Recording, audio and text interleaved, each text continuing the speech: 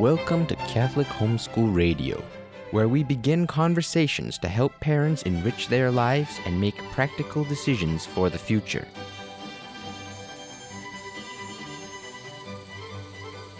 Welcome to Catholic Homeschool Radio, sponsored by Catholic Media Apostolate. Priscilla McCaffrey as your host today, talking with a friend and someone I really admire, Leanne Bradley.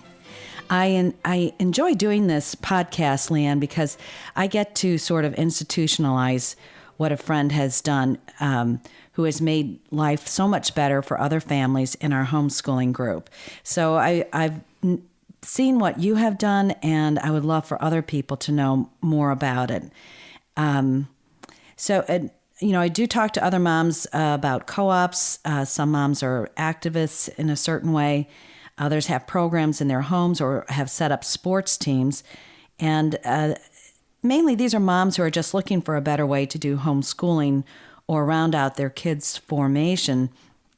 And it turns out that each ends up developing a paradigm that has large appeal and can be used by other homeschooling moms to make life better or more interesting.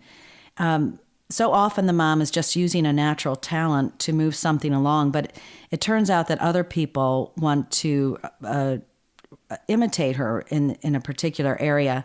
Today, Leanne will show us how other moms can make religious sisters a part of their lives. Now, I never would have thought of this on my own, frankly. I would have just accepted the reality they're not there anymore. But you've shown us something different.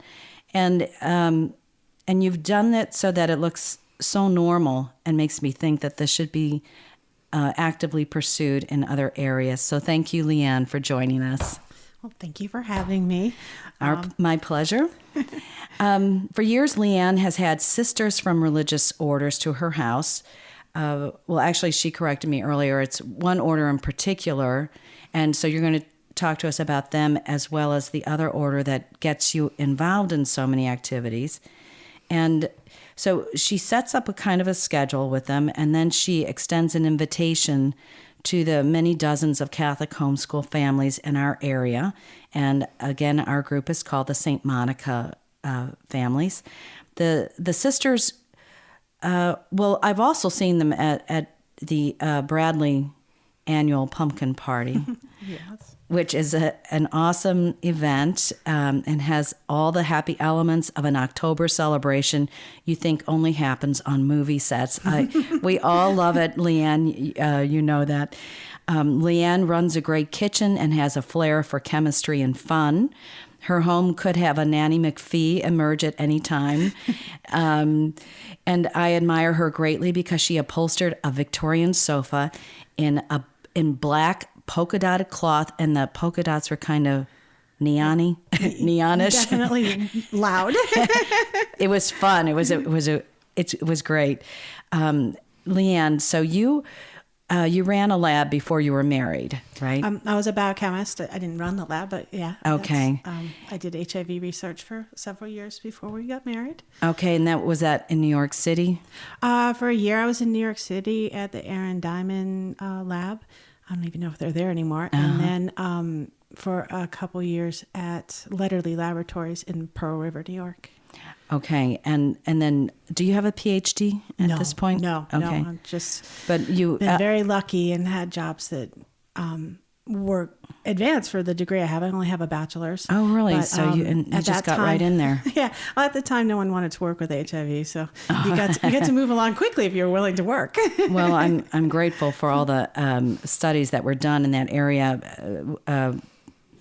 Because there's collateral information, that's not the right way to say it, but the information you get from those studies extends into many other areas. And we had a son who was very sick, and he had a stem cell transplant, and they said they could handle bacterial infections, and they said now at the time they could handle more and more viral infections because of all the AIDS-related studies. Actually, that's what drew me to HIV research. Was I ultimately wanted to do cancer research. Oh. And I thought it was an interesting way how HIV hides within the genome of the cell, much like cancer hides within the genome of the cell. And how do you figure out what is infected with HIV or what is going to be cancerous in the end? And I thought they had very similar issues that made them hard to treat. And the thing that HIV was faster at the time, I thought you could make more progress. Yeah. And so that's what attracted me to it. So that's interesting. That's wonderful and now to hear you know that there was something good to come of it. Definitely.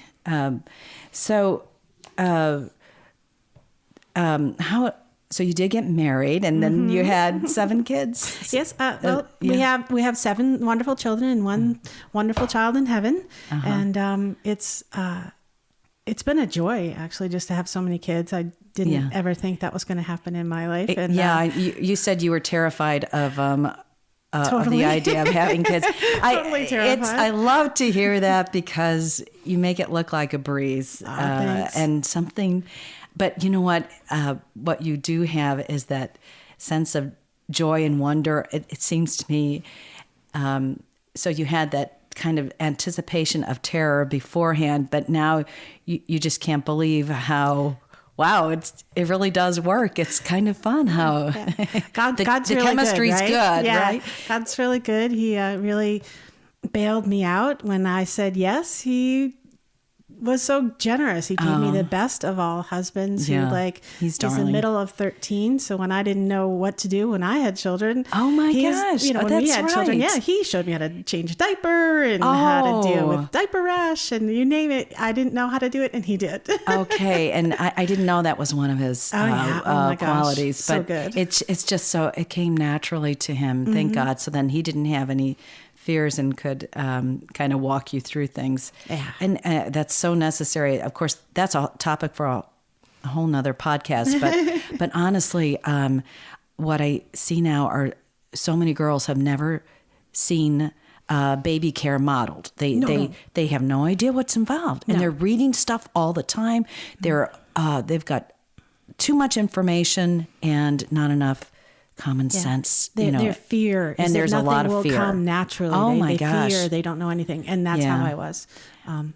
But that comes with the model today. Right? Yeah, you only deal with your baby for 6 weeks, and it goes to daycare, and then somebody else does almost everything for you. Yeah, that's. I mean, not to belittle that, but I mean, it's just that it's not so much seen in the home for the older children to absorb and. Yeah, they haven't seen it. They haven't seen their mom's friends have babies. Right. And there's not that length of childhood in the home, even if there are kids at home to see. There's just not, 10 and 12 years of babies. Right. So that you kind of get used to it and you expect children to, make a mess. And, that's just what happens. And you can deal with it. But, okay, so now... with them, what about your own experience with women religious as a child? Were you exposed to many of them? Oh, yeah. I have the same maybe terrible horror story image of sisters. Oh, terrible. I went to Catholic school as a, kindergarten, 1st and 2nd grade. And we never saw the principal because I don't know if she was really as terrible as the stories they told, but she was like this enigma. You'd be terrified of her walking down the hall. You'd always be told, "Oh, if you're bad, you'll go to the principal's office and she'll hit you. You'll go to the chokey. That's it. You'll get hit with the ruler or whatever." No. And so, well, if you didn't see much of her, you must have been pretty much under control. Oh yeah, I was terrified into submission. Yeah, but I don't know if that was just like the story of the day to kind of keep the kids in line. I don't know if that's what she was like, but that's what I grew up with, that image. So I don't want to besmirch her. She was probably a lovely lady. Well, did you have many sisters you went to parochial school? Just for those 3 years. Oh, okay. Yeah. All right. Yeah. So you were pretty tiny. Yeah. And the only sister who actually taught in the class that I was in was in 1st grade. And she was very, very new and I think kind of nervous on what she did. Yeah. So, They did put the younger ones often with the little kids. Yeah. Now, Well, what about as a young adult? Did you have much experience with sisters? I mean, yours is that generation that right. There was a huge dearth. Like I can say from probably first or second grade when I left the Catholic school, I never saw another sister again till maybe 20. Oh, sorry, no. Callahan would have been like 2, so 30. So I was 32 years old. Oh my heavens! And, so none in your life, right? And it was a totally different order. It was an interesting brush run-in with this sister, and it was one of the more. I don't know if it's liberal thinking is not what I mean, but one of the liberal orders where they didn't wear a habit. Mm-hmm. So I had actually no idea. I had like a 15-minute conversation with her before I realized she was the sister. Yeah. So she's a pleasant young lady, just opening up some sort of a daycare center in the town where we lived in Tarrytown. Oh, okay. I don't know really what happened with that, but I never did run into her again.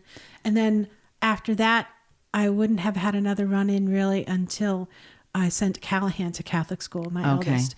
And just a principal situation where the kids didn't really have an everyday contact with her. And, God bless her. She's probably in her 60s or 70s even. Yeah. And so she's a lovely role model for me. Yeah. Like, getting up, doing it every day, right? Yeah. But for the children, it's hard for little kids to look at an elderly person and say, oh, I want to be like that. Yeah, that's true. Now, I'll just fill you in a little bit on my background because I do know there's what the loss is. I mean, because we experienced the plenty of the early 60s. And then, into all through, I graduated from grammar school in 1969. So that was the Woodstock year. So we had nuns up until that time, and probably 8 nuns at least serving the parish.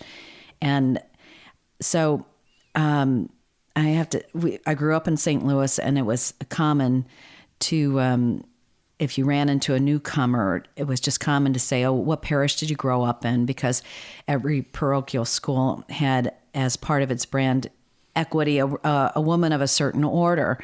And you could size somebody up.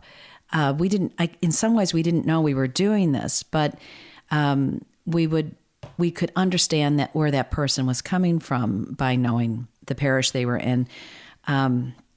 We had the School Sisters of Notre Dame, and at the time, through most of the 60s, they had the long black habits, and it was just the most ordinary thing in the world for us. They were there to teach us. We figured they liked teaching and probably sort of liked us. This pedigree was not the least bit indulgent.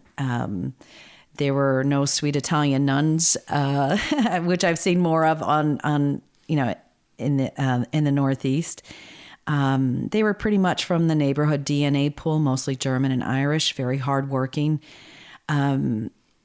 So when I grew up, I lived 5 houses down from the church and school. So we would spend a lot of time running up to the school in August to check out all the changes that would be happening in the school, and we'd see the new sisters, and we'd talk about, oh, she's really young, or she's pretty, or she's really funny, and or she's so nice. So it was a topic of conversation for us to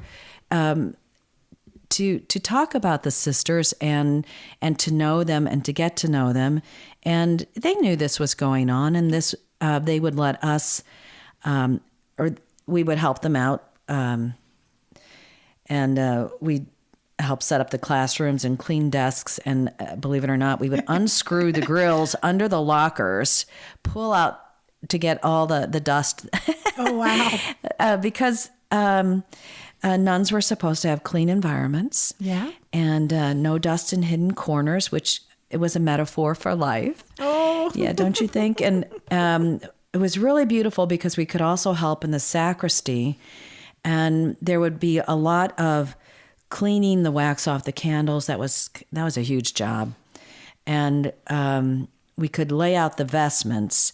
And I want to tell you, it was such a pleasure to open the wardrobes with incense-scented vestments, of brocades and velvets. I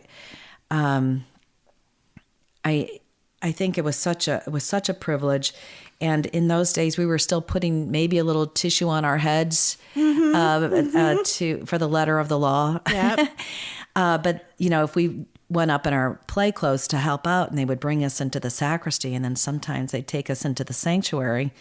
And I would love to wedge myself between the altar and the reredo to put the tabernacle veil on.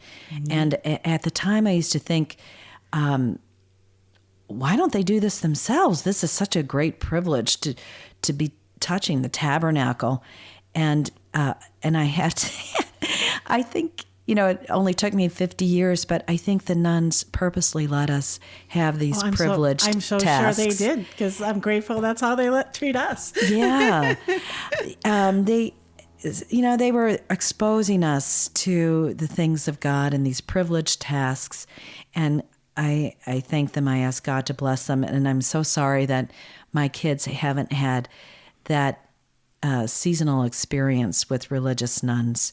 So, okay, so you tell us about the order that has come most to your house. Well, the CFRs, the Capuchin Franciscan Sisters of the Renewal. Okay. Is their long name. The sisters that we normally see are the ones from the Bronx. They are at Our Lady of Guadalupe Convent in the Bronx. And it just happens to be that worked out. It's very convenient for us to go to them and them to come to us. It's a 30-minute trip on the Taconic, even though it's in the city. And they drive up? Sometimes they drive up. Sometimes we go to see them. But the monthly visits we are probably dealing now with probably 12 to 13 maybe longer relationship I've had with them. Years? Years, okay. Yes. Before that, a friend of ours had them monthly doing the rosary at her house, and she used to invite her parish and the homeschoolers, because she had some friends in the parish, and it turned out she decided to go back to work, and someone needed to offer, and the privilege went to a different houses, a few different houses, but it seemed to stick at mine. Okay. And I'm so grateful for that. Yeah. So I see the posts, and then is it pretty regular now? Once a month? You said there was some. Well, it always depends on the changing of the guard at the convent. Oh, okay. Because they rotate who is the servant of the convent. That's what. I don't know what all the other orders call it, but is that the one one in charge does the logistics? Okay, That's right. Okay. And so it depends on her focus, her familiarity, sometimes with us, and then and whatever duties they have going. Okay. Sometimes some years are more overwhelming for them than others. Okay. And what is their apostolate in the Bronx? They help the poor. They serve the poor, and that's all the CFRs. Do that. So they live in crummy neighborhoods. They live in the poorest of the poor neighborhoods that they can find. And I keep crossing my fingers that, this neighborhood won't turn up so fast, because they're talking about moving that convent out, because that neighborhood has gotten less poor. I would not call and it maybe an less affluent. threatening. Yes, it's less. But is that possible, that it's their presence that helps to stabilize a neighborhood? I don't really know. I don't know how that works, or what their criteria for more or less poor is. They're right across the street. I don't know if you know Bainbridge Avenue at all, or the Bronx at all. There's a big hospital there, and I don't know how long that hospital's been there, or if that's the reason the area is coming up. Is it gentrifying? That's what they say, but I wouldn't notice. But I'm a country girl, so city is not my thing. What passes for gentrification in some places, right? City's not my thing, maybe there's less gang activity. But I will say I don't feel nervous there. But I always, even when 13 years ago or so, when they invited us, wouldn't have been as nice as it is now, and. I'm grateful to God He's given me that gift of being able to just abandon that. And, put it in His I know, hands and then go anyways. And not. But you don't want to worry about your kids either. You don't. And, so if they're going down there to do work with them, but okay, so they Their apostles with the poor is a teaching CCD, and actually they feed and like the convent that we're with used to be formation for the new sisters. Now they have taken the I get the actual names wrong, but the novices, when they first take on the habit, then they leave that convent and go to a different convent for those years of formation. And now this convent has just been the candidates who are just in regular clothes. And then I don't know what the next level up is called. I always get it. The professed? Or? No, they're not. They're just in jumpers next. Oh, okay. Well, we used to call them postulants. That might be it. Yeah. But I always forget which. And which some orders have different. There's postulants and there's novitiates. Yeah. And I can't keep them straight. Yeah. So anyway, so it's that younger crowd that, the brand new ones that tend to be at this convent, which is wonderful for us. And just tell me where are they drawing their vocations from? Is it oh my goodness, far I and always wide, find that, or the city, or what? Okay, so these sisters are completely like the St. Franciscan. They like live totally on whatever anyone gives them. Okay. The sisters do not have a computer. They don't have internet access. They have nothing. So how people find out about them, I am still just amazed. And so I know a couple of sisters are from Kansas. One of the friars is also from Kansas nearby, these sisters, which I think is kind of so this cool. isn't Kansas anymore. That's Toto. right, exactly. One is from Thunder Bay, Canada, and she just took on the habit. And then, one's from Vermont. Okay, is this their only convent? No. There's 3 that we deal with. Oh, in the Northeast. And then there's more. There's one also. I think it's also technically the Bronx, but again, forgive me, I'm just not a city person. And then there's one in Harlem, and then there's one in England, and there's one in Ireland. Oh, really? Okay, now isn't Father Groeschel is responsible for for the original group, or did he resuscitate a Franciscan group, or I think Father Groeschel and Father Apostoli. Now, I'm totally not an expert about this, right? But Father Groeschel and Father Apostoli were the ones that started the CFRs.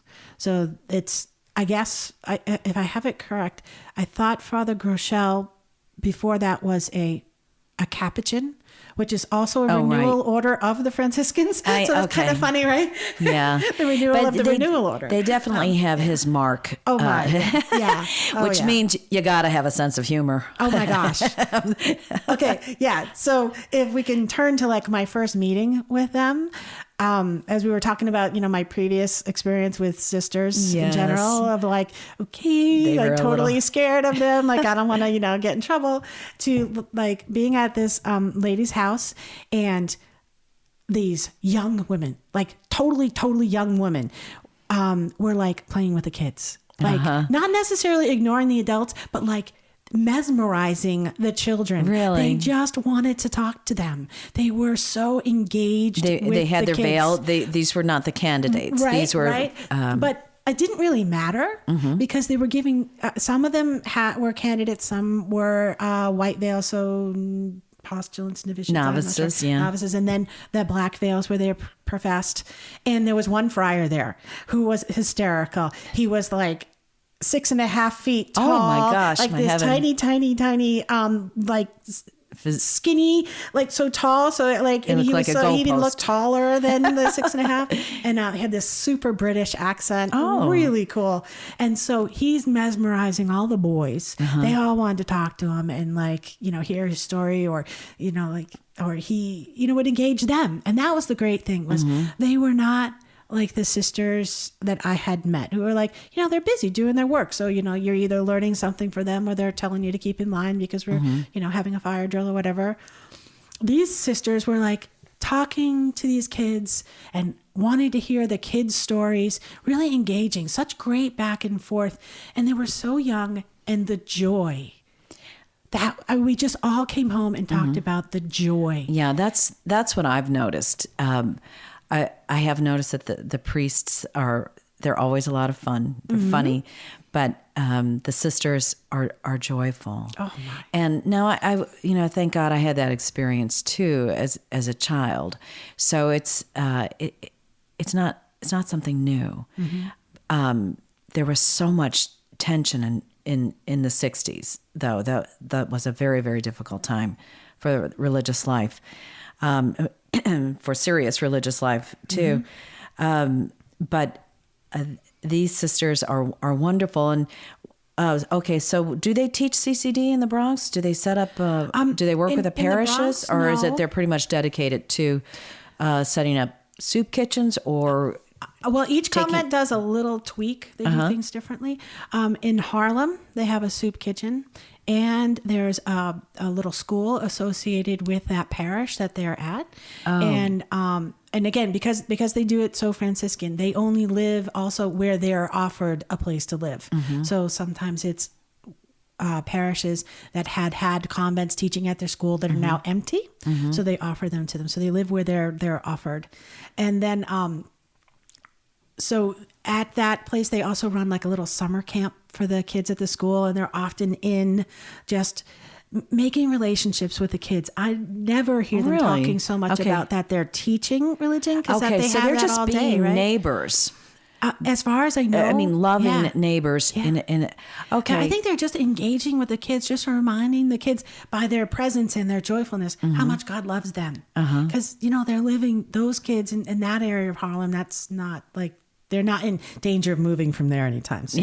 That's a rough area where they're at. Yeah. And those kids have hard lives. Yeah. And from my experience, I don't know what the sisters would say they do there, but from my experience, like seeing them with the kids, all they do is want to just lift them up, give them joy. Okay. Spend, time with them, because the sisters themselves don't have a lot. They're living the poverty with them. They're sharing the poverty with them. So when someone comes to their facility, they're usually coming for a meal, but then they might just spend time talking with the sisters. Oh yeah. Yeah. Yeah. I've never seen them turn anyone away who is like just coming to chat. It's so cute. Okay. All right. So when you have brought these sisters out of their element into the wilds of Shrub Oak. I don't know about that. Yeah, I'm sure they're from all places. And you schedule a rosary. You let people know, and they come to your house, and so you'll have a rosary. But then sometimes you have projects with them, or you just have free time. I'm just totally fun. up to the will of the sisters, whatever they want to do. And so sometimes they just want to play with the kids. It's almost like a break for them, because they know they can, I don't know, maybe let their hair down. I don't know what, I don't know. They always tell me they get something out of coming to the house. And I'm always mystified by that. Yeah. But it seems to me like maybe they're just happy to see kids being raised in whole families. They have to see that, right? Raised in the faith. And I think for them, it's like, phew, this is cool. And then for us, this is how the faith is supposed to work. Right. And for us moms, what they give us, other than time to do the rosary, they also give us that wonderful element of, I have not met a little girl, like, pre-pony phase, like, like 5, 6, 7 years old. They see these sisters and the joy, and they're like, I want to be like them. Yeah, I want to be a CFR. Never have I seen a little kid who's like, yeah, no way, not for me. Never. I know. And, there's a romance there. Yeah. I mean, that was there, I'm going to say, back in the 60s. One of my favorite books to look at was this catalog of different orders, religious orders. And I wish I could get my hands on this book, because it was all black and white, but one beautiful photo after the other of sisters wearing their habits and looking beautiful. And there is, it's supposed to look that way to some extent, and then you are supposed to be intrigued. And I think many of us were. Things came to a crashing halt for lots of reasons, but those orders that we love, that are gaining more and more sisters or vocations, have a lot of that traditional sense. And, without any, they're just going about their business and, they're not making a cause celeb. So you've got the CFRs and that's wonderful that you can bring them up to your home. And then you also do a lot of work with the Sisters of Life, who have a presence in the Northeast because of Cardinal O'Connor, and now they have a convent in Denver. Yes. But so what do you do with them? Well, we originally started doing stuff with the Sisters of Life because they have an enormous party on Mother's Day for all the mothers that they've worked with over the years that have chosen life. And it's beautiful. It's a beautiful event to be part of. So you have young women coming with their babies. Yeah. Or they don't have to be young women. Well, they're all ages, all colors, and all stations of life in that, some are very successful in life. There is, you kind of have this made image in your mind that it must always be someone downtrodden. Right. And it's not. There are quite a few women that are very successful single women who struggled with that decision, and they've become to really embrace the sisters as family. And, you want to spend Mother's Day with your family. Yeah. And it's great.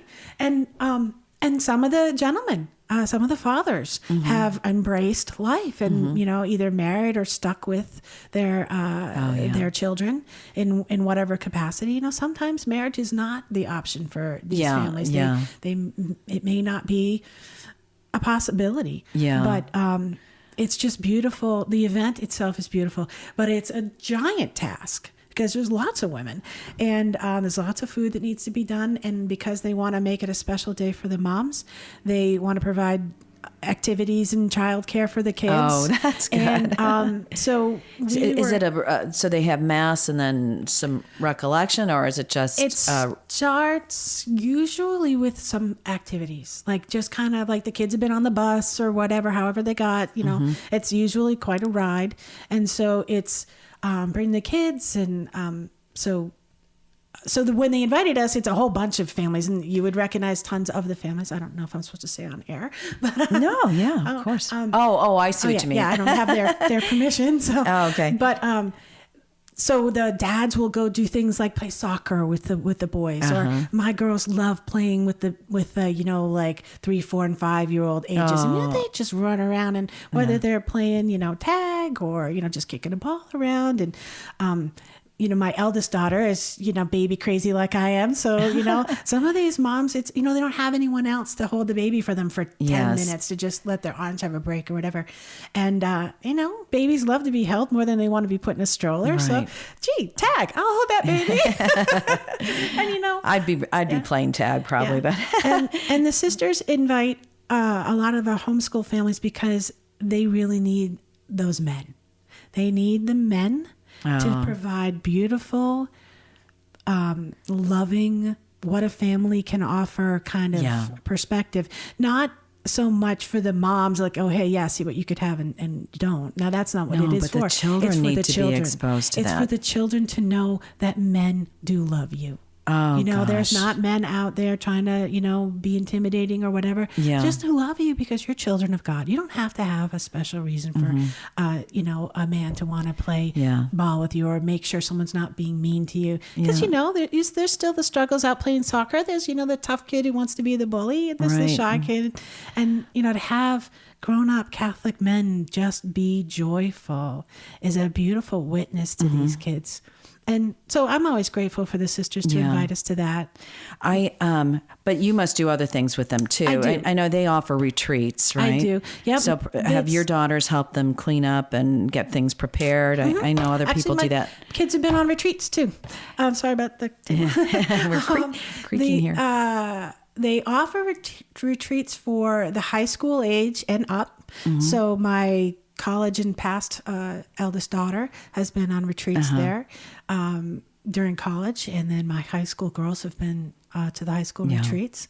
We've also been privileged to be asked to help with all kinds of other things because I just love spending time with them. Yeah. So any opportunity we'll get to clean or iron or cook or craft or play with kids. Yeah, Because they do several other events, like when they have retreats with the moms. Sometimes they want to have babysitters, kids, people to engage with the children, so the moms can actually sit and do retreat stuff. Really, talk about their relationship with God. And we've come and we've cleaned for Profession of Vows. We yes. cleaned and made food. That's generous. Oh my goodness! Oh, it's so much fun. It's that's the thing. Well, I know it's it's easier to clean someone else's place it's than so your much own, easier right? to clean someone else's place, and Yeah, I like could you get said, this place, you get in this little dust ball in the corner. It's not like my house. It's elbow deep in dust bunnies. No. Yeah. Okay, that's fantastic. I've been able to. I don't know who the head is of the order in New York, but she made a presentation recently, and I loved her presentation. But, I always think, well, I know what the message is for life, and do I really need to hear it again? And yet,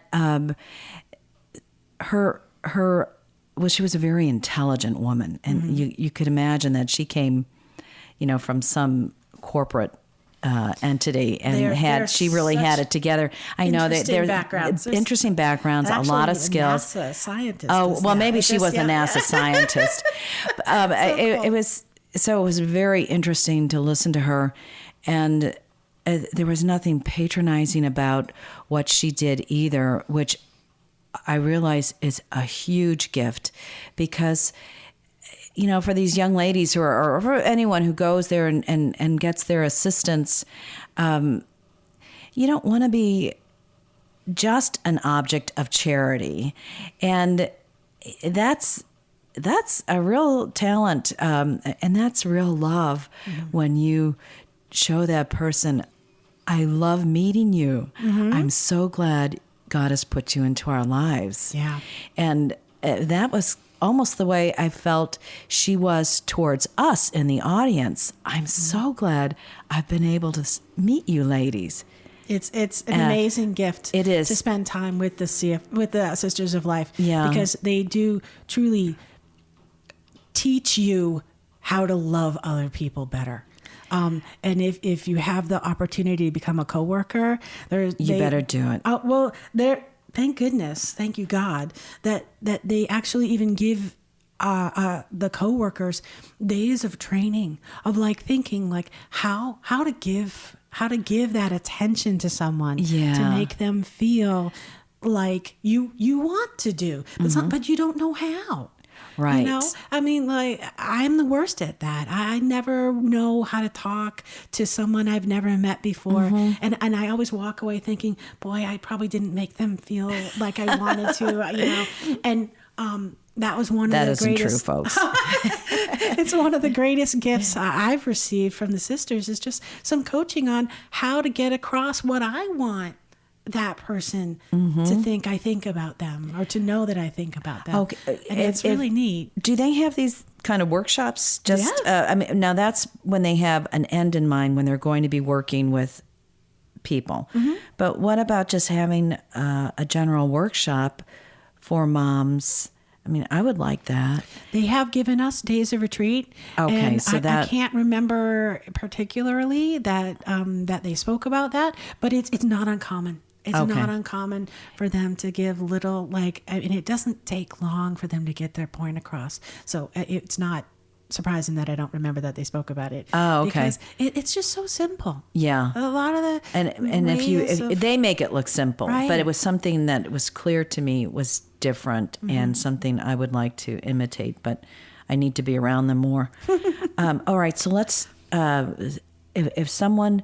if a homeschooling mom out there, and of course it doesn't have to be a homeschooling mom, but any mom who wants their children to have a normal relationship with women religious, to have them in the background, just as a part of their life. Because with my children, they've just been at different events with our homeschooling families where the sisters show up. It's natural. It's a part of the event, and And that's what I want. I don't want it to be a different experience. I want it to be as natural to them as it was to me to be around religious. So how could someone do this? Just, I mean, what do you Google a rent a nun or what? I don't think that'll come up on Rent a Nun. I think honestly, if you're lucky enough to have a religious order live near you, physically near enough to you, so you can go volunteer. Okay, that makes all the start difference with in volunteering. The world. I don't know that it's possible for everyone because I don't really know how far and wide, in the middle of, I don't know, Kansas, let's say. I don't know how, but the cities are better for that kind of thing. The older cities, the New York area, St. Louis, where I grew up. So if there's a convent or a religious order of any kind nearby, come. Just give them a call and say, do you have any volunteer days? Do you have any event, or do you need anything fixed in your backyard? Oh my gosh. I mean, we were just there. Yeah. We were just at the CFRs. Never occurred to me. Just at the CFRs last weekend, cutting up a tree that had fallen in their backyard. It doesn't have to be big, but once you let them know that you are available, it may be maybe months in between. You may have to call again. But, if they're doing something, then they probably need help. Yeah. I don't know what the very contemplative orders might need. That's true. That might that might be a little more difficult. They might need their lawn mowed. Yeah. They might need their trash bin box fixed. Yeah. Who knows? We think of the women religious as being different, and but how many of them have seen a homeschooler? Exactly. Oh, exactly. So we have to have to put ourselves out there and say, we're around, and we're around during the day too. And that's the neat thing too, is a lot of times things are more convenient for them during the day. Things that we do, of course, that we are able to do with them is if they have a food give out, like the CFRs in the Bronx that we deal with most often, they need help getting the bags ready. They need help getting the donations sometimes from wherever it's been collected to them.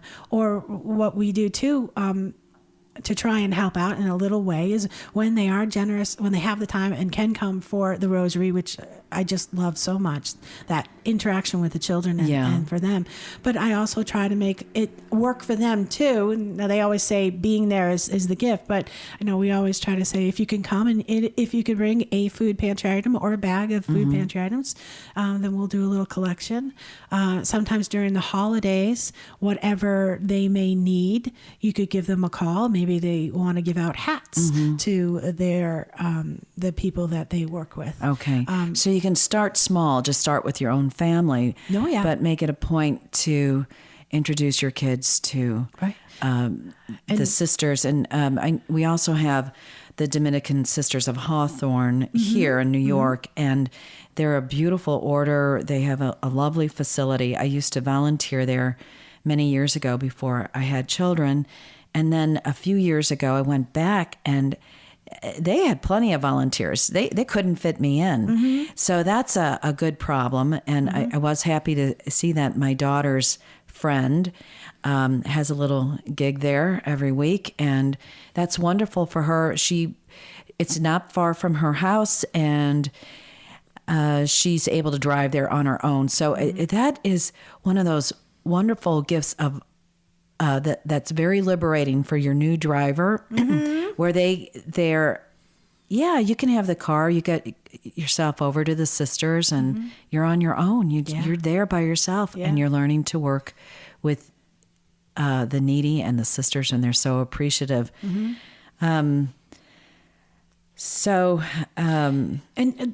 Just to touch on how to get to do the volunteering with the sisters, if was your meeting with the sisters that they had a lot of volunteers, was it around the holidays, or is no, it all the time? It's just that they have that many volunteers. That's nice. But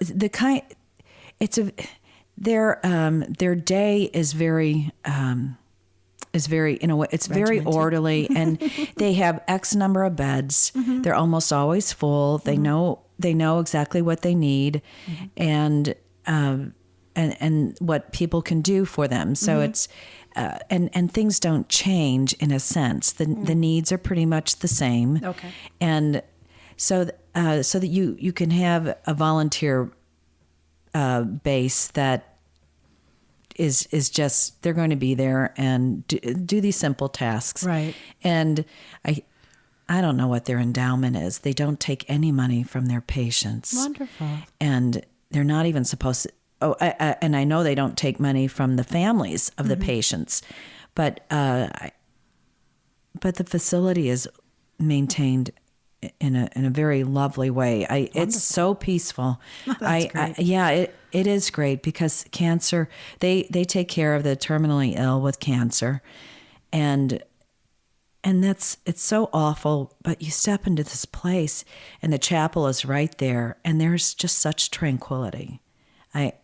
That's great. You step one foot into heaven. Right? Exactly. Yes. And the sisters are all very cute. I like them a lot. So, okay. Well, I'll interrupt just one little bit. Yeah. I know you were, the topic was about having sisters into your life. Oh, yeah. But I do try to make a pitch for the friars as well, only because we have sons, right? Yes. We have sons who see the priesthood all the time, but that's not the only religious option for them. And a life as a brother is also just a beautiful life. Okay. And one they don't get to see. Yeah, now, that's for sure. I may have seen sisters as a young child, but I never saw a brother till I was 45 years old. Okay, so again, this is the CFRs, right. And they have some priests, but several more friars than priests, more brothers than brothers. Priests, okay, yes. I have to tell you about my son-in-law's experience with them because it's such a hoot, and they're awesome. I think it helped him to come into the faith. Mm-hmm. He was working for a man in the area who's a very generous man, and this man, one of his apostolates is to take care of the friars or to look out after them, and he often arranges to rent a place where they can come and have a little vacation. Nice. So this was done a few summers ago. They rented out a house. My son-in-law outfitted the house and the refrigerator, put in a lot of steaks, and the friars took turns coming to stay at the house. Now, he had never spoken, I'm sure, had never spoken to a priest in Most probably people his aren't entire that life. But here he was with them all day long, and they'd water ski. He would pray with them the divine office. They'd say mass. They'd barbecue steaks. They'd have adoration. It was very congenial, but they never stepped apart from their priestly life or their religious life. Mm-hmm. So that was beautiful. But the funniest and it's kind of absurd, but it's very endearing. The funniest thing was they had a motorboat, and my son-in-law would pull them along on the motorboat so they could water ski. And some of them water skied in their full habit. Oh yeah. So they were waving to people along the beach and other people water skiing, and you have to be pretty darn good. I would imagine that would be like an added degree of difficulty. Yes, it sure. would. Yeah. So that was hysterical, and I don't think, and it didn't hurt his conversion process. No. Because he had so much fun with them. I'm always hopeful that the people in my neighborhood will have a similar experience when the sisters are over, because they're out in the yard playing with the kids. We'll say the rosary is 15 minutes, but Yes. they're over for a couple hours. So they love playing with the kids. And one year we had a really snowy winter, and they were sledding with the kids. So I've got these beautiful videos of the sisters in their full habit going down the hill on the sleds. So yeah, it is a beautiful thing to see. And I always think, boy, I hope my neighbors caught that. Yeah. I hope that it'll turn their hearts, I hope so too. And I hope seeing all those vans in your yard. I always wonder what they think about that. It gives them pause for thought. Exactly. Yeah. Well, yeah, the sisters seem a little more discreet in their entertainments, but You know, I think it all depends on when you get to know them. They are, I will say, yeah, they're not as loud and as raucous as the Friars are, but that's to be expected. yeah, you know, you get a suppose. bunch of guys together, they're gonna act like guys. Yeah. And the girls are just they're silly in their own different way. They are more prim and proper is totally not the right word, but they're just silly in different ways, and they're so sweet. Yeah, they If are. I could just tell you one more great please. thing to maybe encourage the homeschooling moms or any moms out there who might want to have more religious in their life, you never know what way it'll turn up in someone else's life. And for one example I can think of, the sisters had been at the pumpkin party, and they were carving with a little girl, and who months later turned out to be like deathly ill. Oh, no. And so they went and visited her in the hospital because they got wind of it, and they were having this great conversation. Remember when we were carving pumpkins together? And so they had this immediate bond, and I was so grateful to have been a part of that little To facilitate that connection. Yeah, it's just wonderful, wonderful little How thing did she? that happened. She turned out. She got well? She got well. She Thank got well. God, yeah. But I think there's a strong bond with her and the How sisters special. now. It's really neat. Yeah, that Really would be. cool. That's fantastic. Really, Leanne, really thank cool. you so much. Thank you for having me. Bye-bye.